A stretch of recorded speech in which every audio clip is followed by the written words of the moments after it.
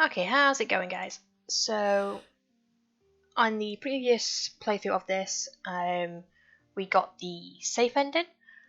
So this time we are going to force ourselves onto the bridge. Yes, I know what I said. And we will see where that takes us. So I've just got us back up to here, and then we can just skip through it until we get there. We did that one last time, so let's go for I'm sure you're forgiven. I know you. You are brash but not intentionally cruel. I'm sure all is well. Okay, let me just put my volume down a second because that's pretty loud. I hope that hasn't messed up the recording audio, but we'll see. Bamel smiles and claps me on the back. You're a good woman, Kika. Smart, too. You've never been here, yet you knew more of the guy than I did. I know about Garvin, truthfully. Tales of his deeds were some of the only stories my parents ever told. Is that so? You could tell me more about it sometime. Ooh. I pause, unsure how to respond to this type of request. I would like that very much. Yes, I wouldn't mind that. It must wait until after this trip, though. Of course. We should drop this topic sooner rather than later, in any case. I agree. Even if there's no harm meant, hearing someone mention Garvin is probably difficult for the guide, no matter what the circumstance. With the topic dropped, we each remain locked inside our own thoughts, not another word passing between us. Eventually a small light. Okay, yeah, so this is the guide. Okay, so I'm just gonna skip until... Yes, And I believe we should go. you. Bamel's reply is firm.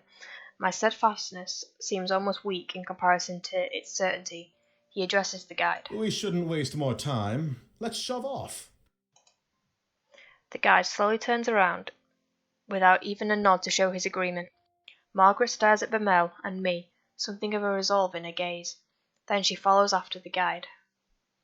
At least she didn't insist we stay behind. We should do what we can to protect her. It's our fault she's being put in even further danger. Exactly my thoughts. We will take care of everything. Maybe I'm being naive, but I have no intentions of letting anyone fall victim to this lake tonight. Those monsters can starve. Ooh. I smile at him for a change, and Bamel eagerly smiles back. We're lucky to have each other in this, I think. He turns to follow the others across. I will protect everyone on this trip. I will. We will make it through this. Then I step onto the dock and join them. As soon as I step onto the wood, the temperature drops. The light of my lamp shines against the water's surface as reflective as a mirror. Until we reach land again, death is only one small mistake away. We fall into line with the guide leading the way. Margaret stays close to him, and I behind her, watching to make sure she doesn't slip on the slick, wet wood. Bamel brings up the rear. Each of us hold our lanterns in front of us, but it does little good. The fog is thick and nigh impenetrable, consuming the light as if hungry for it. Above the surface of the lake is deathly quiet. No longer is there the whispering wind or the sound of water lapping against the shore. It's just our own mismatched footsteps and the sound of quickened breathing. My eyes drift back to the lake against my better judgment. It's no wonder there's not even the sound of water, with how still the surface is. It seems almost sturdy, with the sheen of a black marble floor. I've heard rumours the water of Sinlos is heavier, more difficult to disturb than natural water. That just the weight of its oppressive cling is enough to keep someone down. Without them. Something even darker than the abyss of the lake flickers just below the surface, or at least I think it does. I turn my gaze to Margaret's back. It's better to stay focused. Fall back a bit. You're following me too closely. The guide is looking over his shoulder, addressing Margaret. I'm sorry. If someone gets pulled into the lake, they'll instinctively reach for anything to hold on to. Do not let that be you. Makes sense. Margaret's shoulders rise, and she nods with great seriousness. I understand. Thank you for the advice. He ignores her gratitude. You can speak amongst yourselves if you so choose, as long as you pay attention to where you're going. There is no worth in listening to the sounds out there. If there's anything at all, it'll only be Nixie trying to set you on edge. Now, is Nixie one thing, or is Nixie like the name for a group of things, like a group of mermaids? Because all I'm thinking are those like mer people from Harry Potter. Like that's all I'm thinking is in this lake right now. All right.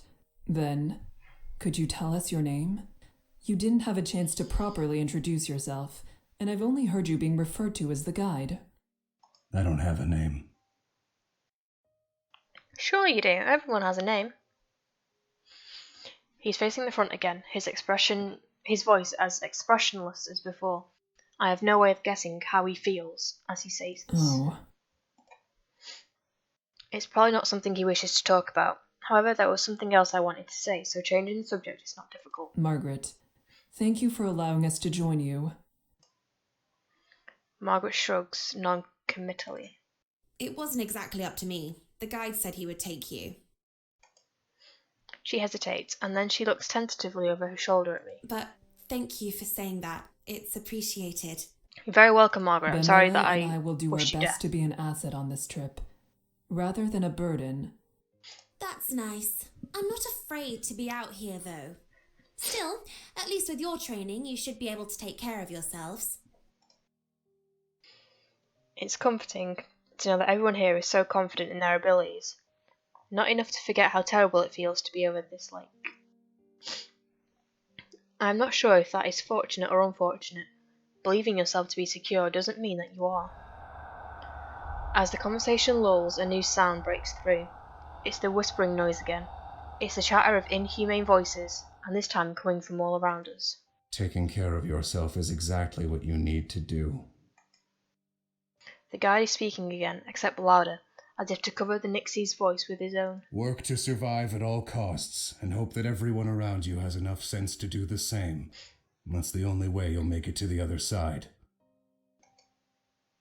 Margaret nods in response, but I hear a grunt from behind me. Groups tend to go further when they work together to achieve the same goal.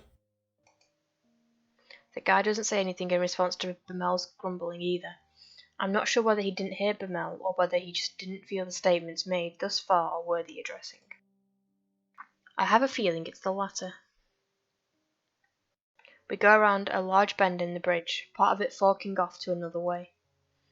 I wonder how the guide knows which one of these essentially identical paths is correct, when something in the corner of my eye catches my attention. I believe I saw something over there. Keep walking. No need to worry. The guide's voice is calm and level. I decide against pressing the issue, not wanting to set everyone even more on edge. What did he say? Perhaps not wanting the conversation to be caught by the guide, he speaks softly, though I couldn't quite hear him because of it. Oh, look at that! Oh, it's a scary thing. I take my eyes off Margaret ahead for a moment to explain it to Bemel and stop dead in my tracks. Only one word is able to escape me in my stunned state. Behind. Behind Bemel stands another figure, looming in the darkness. Seeing my face, Bemel grabs the hilt of his sword. He whips around and staggers swiftly backwards. Several meters away, a crooked, twisted black figure hobbles its way towards us. Some kind of liquid drips off its head, curling around the edges of its face. It almost looks like it's crying. Bemel backs up until he's standing beside me. The figure continues its slow advance, head jerking from one angle to another. What on earth? It's one of them. So that's the Nixie. Yes, Nixie that stumble across the bridges looking for opportunities. The guy is standing next to us. I didn't even notice him approach. The ones that can make it out of the water are generally referred to as prowlers. I had no idea things like that were out here. Is that what Kika saw down the other path? The guide says nothing, instead returning to the front of the party. Margaret watches him pass. Her frustration morphs into nervous optimism when something seems to come to her mind. Well, Nixie aren't slowed down much by swords, but at least the light keeps them away, right? Margaret's hand grips her face tight, and desperation bleeds into her voice. I bite the inside of my lip. Direct light will force it to return to the lake. However, it'll try to drag the light, or you, down with it before it goes. Instinctively, I reached for the hilt of my sword, despite the fact that it would do little to protect me. The prowler was getting closer, jerking forward, stopping, then resuming its slow advance. Just chop its head off, like... You use the techniques you would use for a zombo, right? Decapitate it, then it can't go nowhere. Okay, does anyone have a light we can leave here?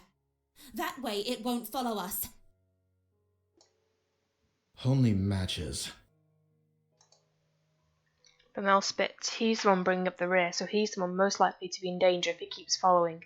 The guide, however, moves forward. Don't forget it's there, don't let your guard down, and don't get left behind.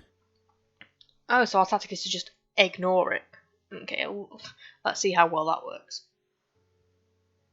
What? How am I supposed to keep walking with this thing at my heels? You said it wants to attack. Don't give it the chance. What? Bamel sputters in anger, and the guide summarily, Dad, again, no, ignores him. I solidly grab the hilt of Bamel's upper arm. Here, I'll lead you like this, and you can keep your focus solely on the prowler. Make sure it doesn't get too close. Stab it! Bamel eyes the guide with unresolved hostility, but allows him to softly sigh in relief. He gazes at me with fondness. At least there's someone I can count on. I got you, boo.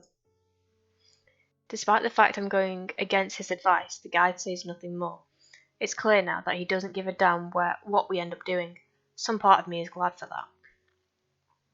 I want to help everyone make it through, and it would be worse to have to persuade the guide every time help was necessary. Kika,